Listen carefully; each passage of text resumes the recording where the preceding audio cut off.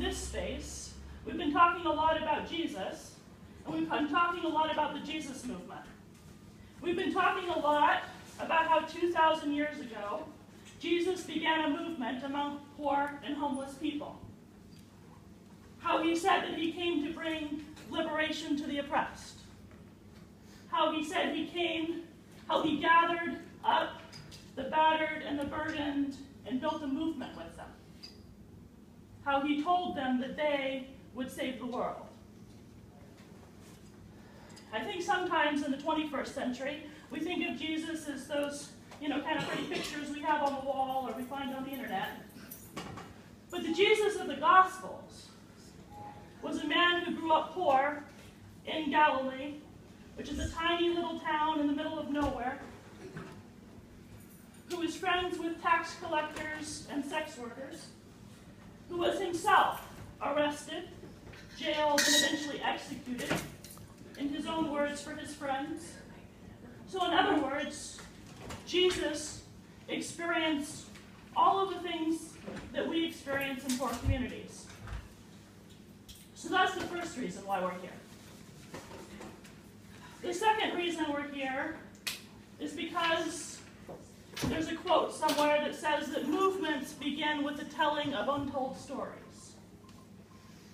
Last time we held this event, we held it in Aberdeen, and people got up and they told their stories, and it was powerful. They talked about what it was like in this community, in Grace Harbor County, to experience homelessness, or to experience poverty, or to struggle with the healthcare system, or to be in jail, or to be mistreated by police. Stories that are not often heard. And it can be scary to speak up.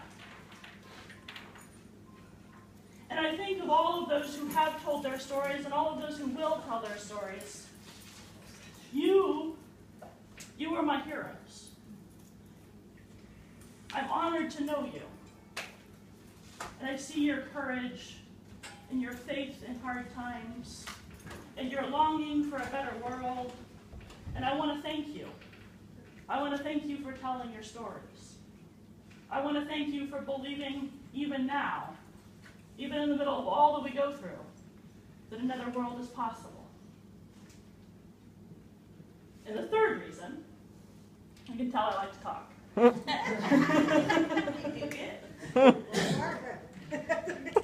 There's a reason why we're speaking from this place at this time.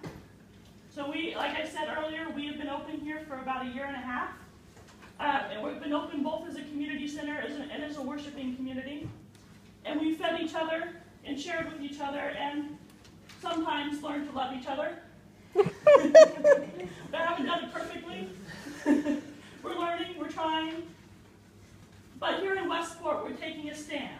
In a little town in the middle of nowhere, we're trying to live the Jesus movement. There's a statistic that I quote a lot talking about Westport, and that is that 71% of our people here in this town are either unemployed or out of the workforce. 71%. Some of us are retired, some of us are unable to find jobs, some of us are disabled, and so many of us are struggling to make ends meet, struggling to survive. And sometimes you get kind of tired of it. So I want to say this, and I want to say it loud and clear. What is happening in our communities is not okay. It's not okay that our disabled elders are sleeping on the street. Amen. It's not okay that there's not enough jobs for our young people. It's not okay that people go hungry in the richest country in the world. Mm-hmm. It's not okay that there's immigration raids on our Latino brothers and sisters, and families are split up. And it's not okay that a young man I know was recently beat up by police, and then yesterday, when police came to arrest him, they threatened to sick dogs on him. It's not okay.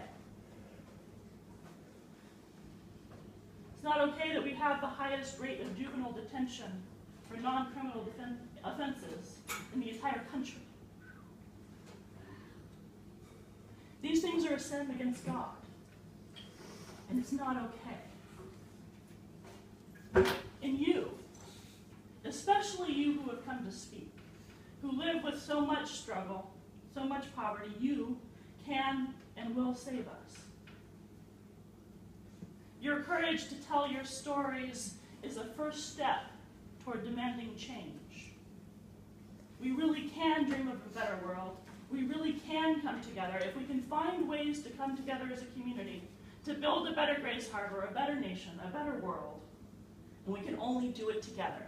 We can only do it if we learn to live together, if we learn to cross all of the lines that divide us, the lines of race, of politics, of hatred, of language, of religion. Only if we learn to love each other, and not in that sappy, emotional kind of way, but in a way that protects each other and cares for each other. I'm so proud of you. I'm proud to be a pastor here.